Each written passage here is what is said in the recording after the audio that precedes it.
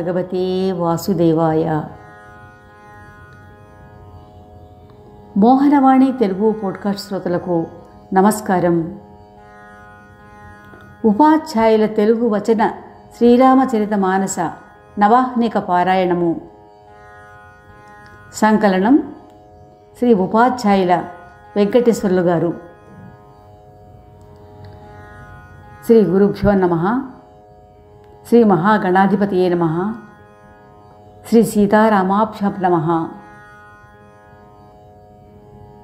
చరితం రఘునాథస్య శతకోటి ప్రవిస్తరం ఏకైకమక్షరం పుంసాం మహాపాతకనాశనం.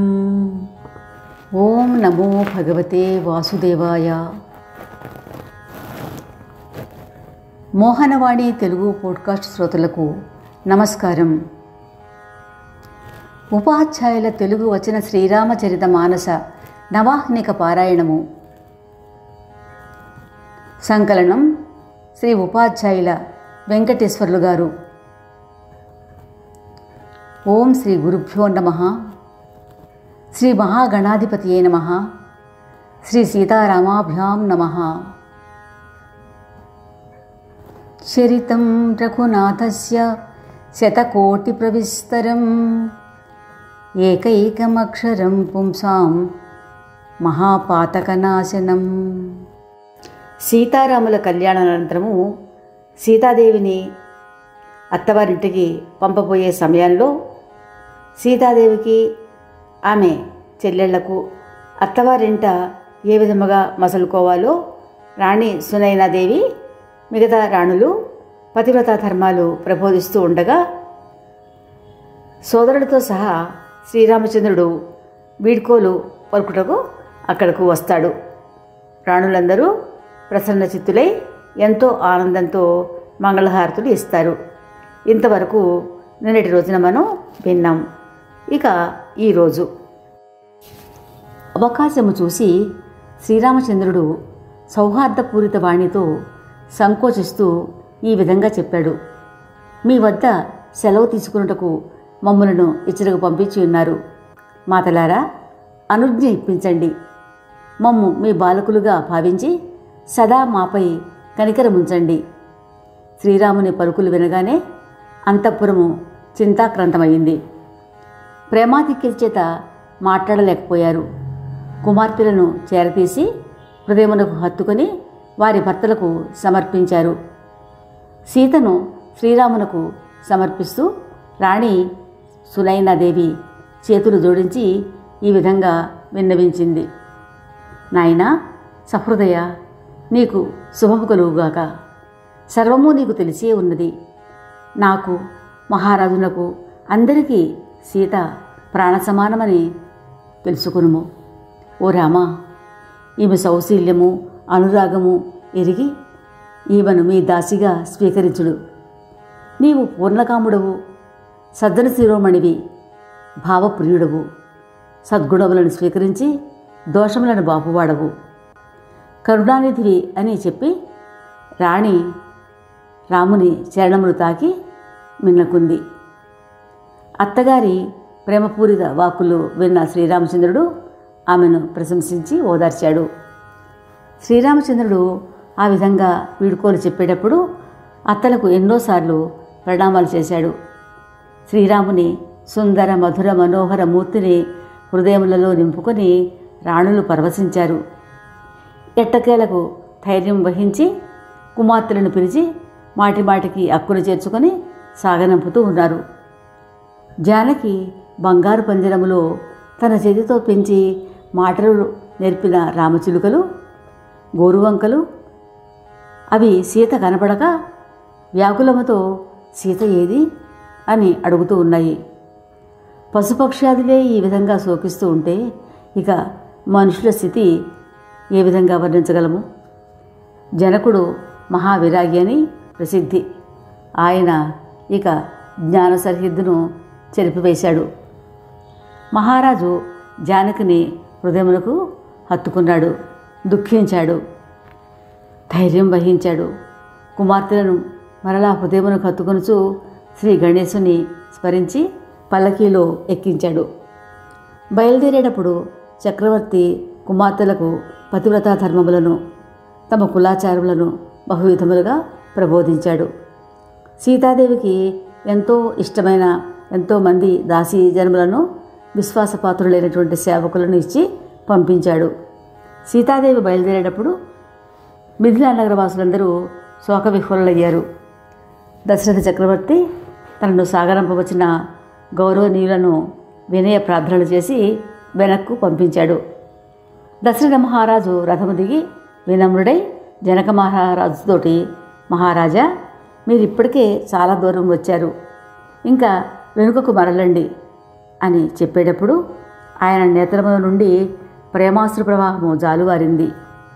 జనకుడు ప్రేమపూరిత హృదయంతో, మహారాజా, మీరు మాకెంతో గౌరవం ఇచ్చి ఆదరించారు, మిమ్మల్ని ఎంతని కీర్తించగలము అన్నాడు.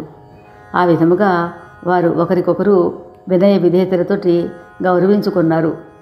ఆ తరువాత జనకుడు బ్రాహ్మణ సంఘమునకు మొక్కి వారి ఆశీస్సులు పొందాడు. రూపగుణ సంపన్నులైన అల్లుళ్లను ఆదరంతో కలిశాడు. శ్రీరామునితో ప్రేమపూరిత వచనములను ఈ విధంగా పలికాడు.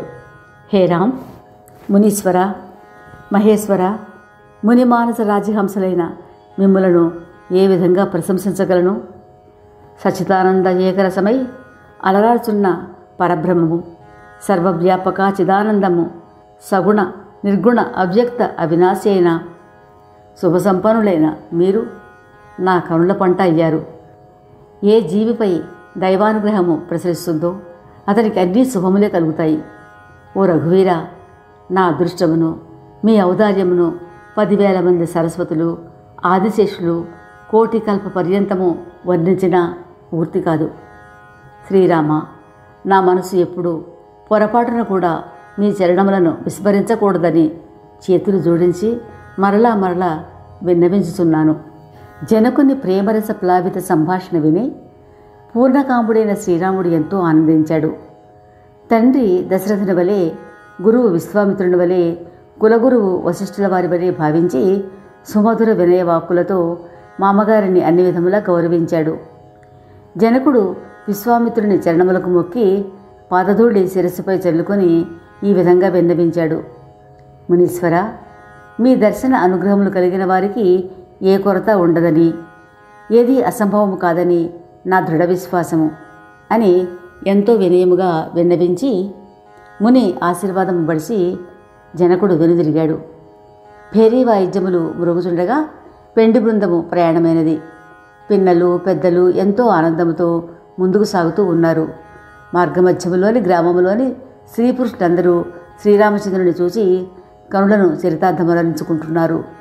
త్రోవలో అక్కడ చక్కని ప్రదేశములలో మకాము చేస్తూ చూచు ప్రజలకు ఆనందమసుకుతూ పెండి బృందము మంచి రోజు మంచి ముహూర్తమున అయోధ్యానగర సమీపమునకు చేరింది. వివిధ వాయిద్యముల శబ్దములను విని పెండ్లివారు వచ్చుచున్నారని తెలిసి నగరవాసులు ఆనందపరవశులై తమ తమ గృహాది వీధులను బహురీతులుగా అలంకరించారు. వాటి శోభను చూసి బ్రహ్మాది దేవతలు అమితానందం పొందారు. ఇంకా రాజప్రాసాదాలంకరణములు వర్ణనాతీతము. దాని అలంకార శోభ చూసి మదన మానసము సైతము భ్రమిస్తూ ఉంది.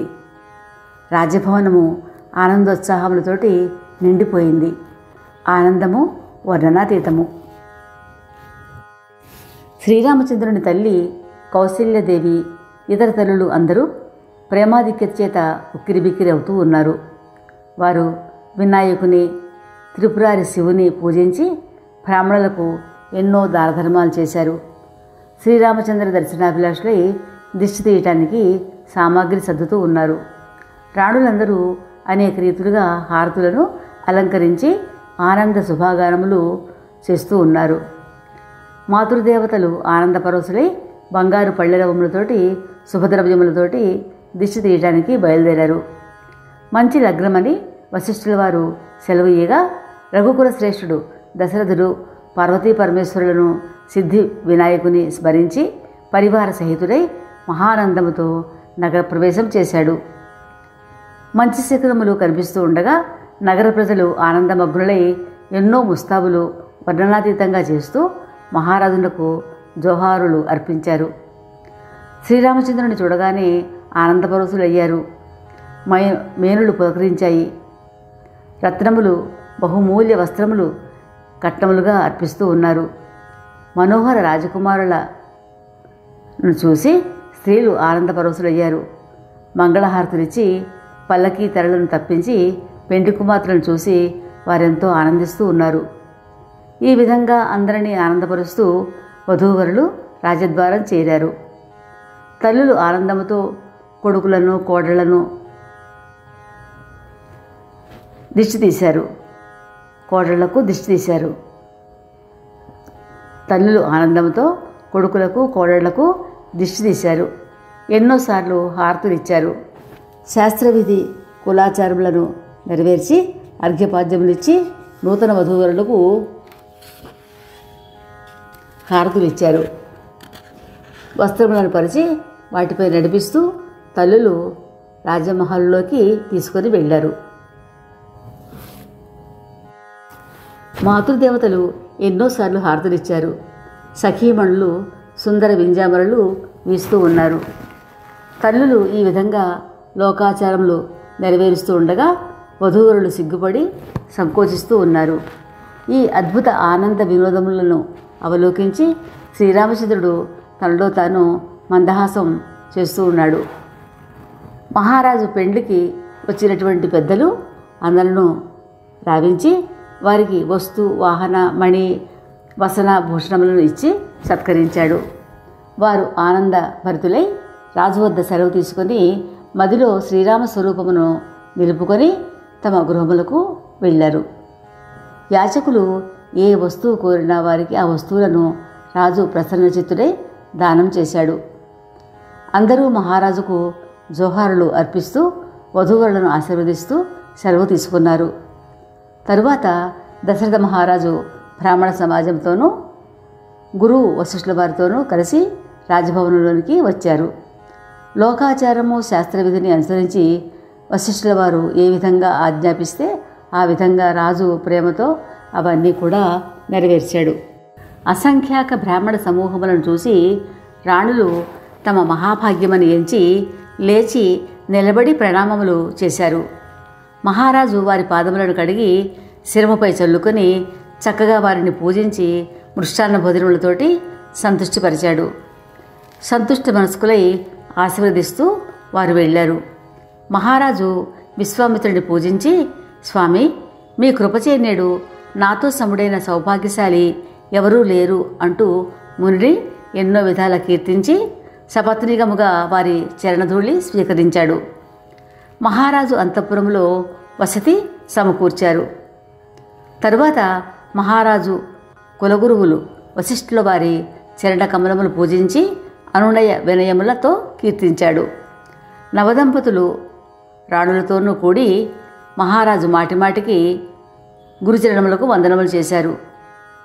మునీశ్వరులు వారిని ఆశీర్వదించారు. మహారాజు ఆనందపరవశుడై ప్రేమపూరిత హృదయముతో తన పుత్రులను, సర్వసంపదలను స్వీకరించవలసిందిగా వారికి విన్నవించగా మునీశ్వరుడు తాను పురోహితుడు అవుట వల్ల తనకు రావలసిన సాంప్రదాయక పౌరోహిత్య భాగ్యమును మాత్రమే స్వీకరించి వారిని ఆశీర్వదించాడు. తరువాత సీతాసమేత శ్రీరామచంద్రుని మనసులో నిలుపుకొని వశిష్ఠ గురుదేవుడు హర్షాన్వితుడై తన నివాసమునకు వెళ్ళాడు. గౌరవనీయులు, పూజనీయులు అయిన అతిథులందరూ మహారాజు తగు రీతిని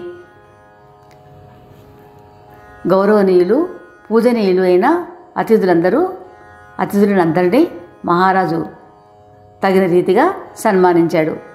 ఈ విధంగా ప్రజలందరూ సన్మానములు పొందారు. శ్రీ రఘురాముని కళ్యాణ మహోత్సవమును ప్రశంసిస్తూ తమ గృహముల్లోనికి వెళ్ళారు. దేవగణములు దుందుభిధ్వానములు చేస్తూ మహానందంతో తమ తమ లోకములకు వెళ్ళారు. ఈ విధంగా మహారాజు అందరినీ అన్ని విధముల చక్కగా రాణివాసములో వివాహము ఎంత వైభవముగా జరిగింది వర్ణించి చెప్పగా విన్నవారందరూ హర్షపులకితులయ్యారు. జనక చక్రవర్తి సద్గుణ సౌశీల్య ప్రేమానురాగములు, అద్భుతానంద సంపదలను గూర్చి రాజు భట్రాదుల వలె వర్ణించి చెప్పాడు. జనకుని చక్కని ఏర్పాట్లు సత్ప్రవర్తన విని రాణులందరూ ప్రసన్నులయ్యారు. ఆనాటి ప్రేమానురాగములు, ఆనంద వినోదములు, సంఘము, సమయము, మహాత్యము, మనోహరత్వము శతశారదులు కానీ, ఆదిశేషులు కానీ, వేదములు కానీ, బ్రహ్మదేవుడు, మహేశ్వరుడు, గణేశుడు కానీ వర్ణింపజాలరు అన్నట్లయితే వర్ణింపజాలరు అన్నచో దానిని వర్ణించి చెప్పుటకు నేను ఏపాటి వాడను అని తులసీదాస్ అన్నాడు. తరువాత రాణులను పిలిచి కోడళ్ళు చిన్నపిల్లలు పైగా పరాయి చోటికి వచ్చారు, అందుచేత వీరికి అన్ని విధములా కంటి రెప్పవలే కాపాడవలేను అని చెప్పాడు దశరథ మహారాజు. కుమారులు అలసిపోయి నిద్రావశలై ఉన్నారు. తీసుకుని వెళ్ళి పరుండబెట్టుడని చెప్పి రాజు శ్రీరామచంద్ర చరణములను మదిలో పెట్టుకొని తన విశ్రాంతి మందిరమునకు వెళ్ళాడు. ఈ విధంగా సుందర స్త్రీలను ఏర్పాటు చేసి మాతృశ్రీలు అత్యంత ప్రీతితో శ్రీరామచంద్రుని పరుండబెట్టారు. శ్రీరామును చూసి తల్లులు ప్రేమాతిశయం చేత ఈ విధంగా అంటున్నారు: బాబు, నీ విచడి నుండి బయలుదేరి మార్గమధ్యములో ఆ భయంకర రాక్షసి తాటకని ఏ విధంగా సంహరించావో కదా. ఆ భయంకర రాక్షసులు మారీచ సుబాహుల ఎట్లు జయించితివో కదా నాయనా. ముని కృపవల్లే ఆపదల నుంచి బయటపడి యాగ సంరక్షణ చేసి అన్నదమ్ములిద్దరూ సద్గురు కటాక్షరం చేత విద్యలన్నీ పొందగలిగారు. రామ, నీ చరణధూళి సోకగానే మునిపత్ని అహల్య నాయన ముని కృప వల్లనే ఆపదల నుంచి బయటపడి యాగ సంరక్షణ చేసి అన్నదమ్ములిద్దరూ సద్గురు కటాక్షం చేత విద్యలన్నీ పొందగలిగారు. రామ, నీ చరణధూళి సోకగానే మునిపత్ని అహల్య తరించిన వార్త విశ్వమంతటా వ్యాపించింది. శివధనుసును రాజ్యసభలో అవలీలగా విరచి త్రైలోక్య యశస్సును జానకిని పొందితివి. సోదరులందరికీ వివాహములు జరిపించి ఇంటికి తెచ్చావు. నీవు చేసిన సర్వకార్యములు అమానుషములు. ఇదంతా శ్రీ విశ్వామిత్ర మహాముని కృపవల్లే సాధించావు. మేమంతా నీకు శుభము కలుగువలనని కోరుతున్నాము. తల్లుల అనురాగ భరిత వచనములు విన్న శ్రీరాముడు తల్లులను తన సవినయ వాక్కుల చేత సంతుష్టపరిచి తరువాత శంకరుని, గురువులను, బ్రాహ్మణోత్తముల చరణములను స్మరించి నిద్రావసుడయ్యాడు. పవిత్ర బ్రహ్మముహూర్తములో శ్రీరామచంద్ర ప్రభు సోదరులు మేల్కొన్నారు. తరువాత వారు మహారాజుతో కలిసి రాజద్వారం వెలుపలకు వచ్చి సరయూ నదిలో స్నానం చేసి ప్రాతఃసంధ్యావందనములు అనర్చి తండ్రి వద్దకు వచ్చి ఆయన అనుమతితో సభలో కూర్చున్నారు. వశిష్ఠముని, విశ్వామిత్రుల వారు సభకు వచ్చారు. మహారాజు వారిని సుందర ఆశ్రమముల మీద కూర్చుండబెట్టి పుత్రులతో సహా పూజించి చరణస్పర్శ చేశారు. గురువులిద్దరూ శ్రీరామును చూసి బ్రహ్మానంద ముగ్ధులయ్యారు. రేపు ఇదే సమయానికి మన మోహనవాణి ద్వారా వచ్చిన శ్రీరామచరిత మానస నవాహినిక పారాయణములో 4వ రోజు పారాయణము మనం విందాం. శ్రోతలకు ధన్యవాదాలు. రేపు ఇదే సమయానికి మనము అయోధ్యాకాండము చదువుకుందాము. శ్రోతలకు శ్రీరామరక్ష. ధన్యవాదములు. శ్రోతలు లైక్ చేసి బంధుమిత్రాదులకు షేర్ చేసి తమ అమూల్య అభిప్రాయములు కామెంట్ బాక్స్ ద్వారా తెలియచేస్తారని ఆశిస్తున్నాం. శ్రీరామరక్ష, సర్వజగద్రక్ష. ధన్యవాదములు. మోహనవాణి తెలుగు పోడ్కాస్ట్ వింటున్న శ్రోతలందరికీ హృదయపూర్వక ధన్యవాదాలు. వినండి, వినిపించండి, వింటూనే ఉండండి. మోహనవాణి తెలుగు పోడ్కాస్ట్ మీరు వింటున్నారు. మోహనవాణి. మా కార్యక్రమాలు మీకు నచ్చితే ఇప్పటివరకు మా ఛానల్కి సబ్స్క్రైబ్ చేసుకోకపోతే వెంటనే ఈ క్షణమే సబ్స్క్రైబ్ చేసుకుని ఆ పక్క నుండే బెల్ బటన్ని మ్రోగించి అందరికీ షేర్ చేసి మీ విలువైన కామెంట్ను కూడా చేసి మమ్మల్ని ప్రోత్సహిస్తారని కోరుతున్నాను.